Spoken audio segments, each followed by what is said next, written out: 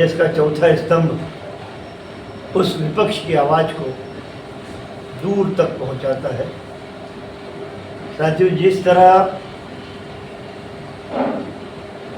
जेन जी भारत का वो नौजवान जिसके खून में इस समय हमें उबाल देखने को मिल रहा है, एक तेज गति हमें उसके खून में देखने को मिल रही है, वो इसलिए है कि देश के नौजवान ने जाने कितने बरस तक नरेंद्र मोदी के झूठे आश्वासन और झूठे भाषण सुन सुन के अपने चलता रहा। लेकिन जब युवाओं को लगा कि बार बार नीट के पर्चे लीक हो जाते हैं, सीबीएसई के पर्चे लीक हो जाते हैं, कॉम्पिटिटिव एग्ज़ाम के पर्चे लीक हो जाते हैं, तब माँ बाप के परिश्रम का पैसा पढ़ाई लिखाई में उन बच्चों के उन लोगों ने लगाया परिश्रम को पैसा। जब नीट के पेपर लीक हुए 25-50 बच्चों ने आत्महत्या कर ली, तब लगा कि नरेंद्र मोदी की सरकार झूठ बोलने वाली सरकार है, हमारे भविष्य के प्रति कोई चिंता नहीं है। तब दिल्ली की सड़कों पर हजारों की संख्या में युवा उतरे, अपने हक की लड़ाई लड़ी, लेकिन नरेंद्र मोदी के फूटे मुंह से एक शब्द नहीं निकला, संवेदना का एक शब्द नहीं निकला। सैकड़ों बच्चे घायल हुए अपनी वाजिब मांगों के लिए। तब विपक्ष के तमाम नेताओं को, राहुल गांधी, केजरीवाल, हमारे उत्तर प्रदेश के पूर्व मुख्यमंत्री अखिलेश यादव जी, ऐसे तमाम विपक्ष के नेताओं को सड़क पर उतरना पड़ा। लेकिन नरेंद्र मोदी एक तानाशाह प्रधानमंत्री है। जैसे ही राहुल गांधी के नेतृत्व में विपक्ष प्रधानमंत्री आवास के वहाँ धरने में बैठता है कि प्रधानमंत्री की आवाज़ तक, कानों तक आवाज़ जाए, लेकिन वहाँ वरिष्ठ नेताओं को भी घायल करके जेल की सलाखों के पीछे डाल दिया जाता है। ये रिपोर्ट कार्ड, यदि एक मुख्यमंत्री जो बीजेपी का है, यदि उसमें दम है, यदि उसकी रीति नीतियों में दम है, तो उसने चुनाव जीतना चाहिए बीजेपी ने। लेकिन मैं दावे से कहता हूँ, बीजेपी इस समय 3rd पोजीशन पे है। दतिया के उपचुनाव में कांग्रेस 22 से 25 हज़ार वोट से यह चुनाव जीत रही है। दूसरे नंबर पे कोई निर्दलीय आएगा, बीजेपी तीसरे नंबर पर आएगी, क्योंकि ये कांग्रेस की सीट है।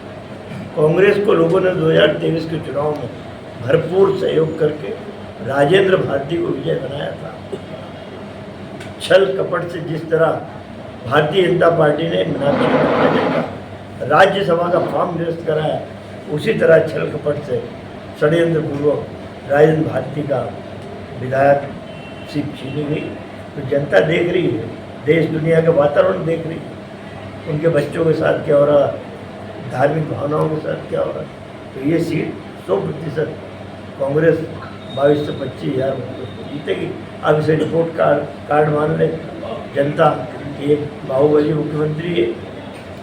तमाम मेरा एक सवाल है, जिस तरीके से आपने कहा कि दिल्ली में राहुल गांधी को अरेस्ट किया गया, जिस तरीके से धर्मेंद्र प्रधान ने एक जवाब दिया है कि जो राहुल गांधी हैं जो धरना प्रदर्शन यहाँ पे कर रहे थे वो प्रोटोकॉल से बाहर कर रहे थे, प्रोटोकॉल तोड़ रहे थे, नियम तोड़ रहे थे, तो इस पर क्या कहेंगे? ये बीजेपी की सरकार बड़ी अच्छी है, ये सुन लेती है, अच्छे शब्दों को, अच्छी बातों को मान लेती है। हमने कहा कि लोकसभा के अंदर इस विषय पर चर्चा कराइए, करा लीजिए। ये उसमें जो लोग हैं क्या बीजेपी के लोग, ये संविधान का पालन करते देखा आपने? हमें सिखाने आ रहे धर्मेंद्र प्रधान, उसे तो इस्तीफा दे देना चाहिए। ये सवाल पूछने का अधिकार उस आदमी को है ही नहीं जिसके हत्या के दाग लगे 50 बच्चों ने हत्या। दूसरा मेरा सवाल ये था कि जिस तरीके, चूँकि यहाँ उपचुनाव है, ये एक धार्मिक नगरी है दतिया, पीताम्बरा माई की नगरी। हिंदुस्तान का हर सनातन धर्म को मानने वाला, अन्य धर्म के मानने वाले यहाँ शीश नभाने आते हैं। जिस तरह देश में भगवान राम के अयोध्या के मंदिर में चंदा चोरी का पर्दाफाश हुआ, देश का ऐसा कोई भी बड़ा मंदिर नहीं बचा जहाँ पे आरएसएस और बीजेपी की घुसपैठियों ने कब्जा कर लिया और चंदे की जो चोरी हो रही है उससे इनकी पार्टी चल रही है, इनके पेट भरकर तैयार हो रहे हैं। मैंने कहा एक गरीब आदमी अयोध्या के मंदिर में जाता है लाइन लगा के, उसकी श्रद्धा होती है 100 रुपये 50 रुपये, बड़ी कठिनाई से अयोध्या की यात्रा करता है, वो इसलिए उसमें डालता है दान पेटी में।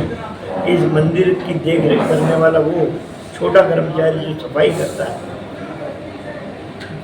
जो झाड़ू पोछा करता है, जो भगवान से उस परिवार को इस दान राशि में से उसके परिवार का पेट पलेगा। लेकिन ये बड़े बड़े डाकू चंपत राय जिससे आरएसएस और बीजेपी के एजेंट, इन लोगों ने धर्म को बदनाम किया, धर्म की आड़ में राजनीति का शिकार इन लोगों ने किया।